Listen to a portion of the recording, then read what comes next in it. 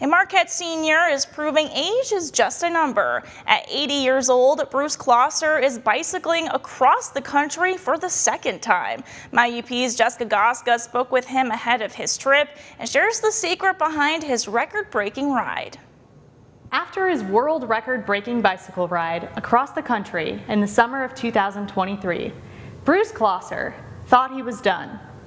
"Really," he wrote in a recent Facebook post, "I thought I was done." Apparently not. 2 years later, as an octogenarian, Closser is back on his bike for another cross-country trip, though this time, the scene looks a little different. I decided it would be kind of fun to do a coast-to-coast ride across the north-south axis of the country, so I'd have both directions. Because I just think back at how I was feeling, doing that ride, and I thought, that was pretty nice, and it starts working on me again, and I'm thinking, it'd be really nice to do that again, see if I can recapture it in a different way. From Mobile, Alabama, Closser is en route home to Marquette. He's traveling some 2,600 miles over 6 weeks. Some might think Closser crazy to attempt a feat like this. He's 80 and living with Parkinson's disease. But the secret truth, he says, is that those people could probably do it too. I think as you get older, we tend to age ourselves faster than we're actually aging. My philosophy is you do as much as you can for as long as you can, and find things that you love doing. There's some hard days, but there's hard days in everything that we do, aren't there? A hard day isn't necessarily a bad day. It's just a hard day. So many people think, well, I'm too old to do this. No, you're not. Closser himself, though, had his doubts about whether he could complete his first cross-country ride.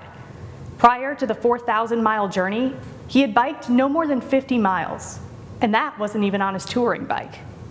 But an inflection point in Closser's life led him to try. My wife died 2.5 years ago, and after that, I was looking at my life and what am I going to do now? And I thought, well, maybe I should do the bike ride. I knew I could ride 50 miles. What I didn't know is could I do it day after day after day after day after day. I think she'd think it was pretty cool, yeah. I think about her a lot when I'm riding, yeah. From the east to the west, Closser's first ride across the country earned him more than a world record. It took him through the beauty of his homeland at the perfect speed, and it led him to great friendships with strangers he may have otherwise never met. I was the recipient of so many little acts of kindness. That was one thing that really, really stuck with me.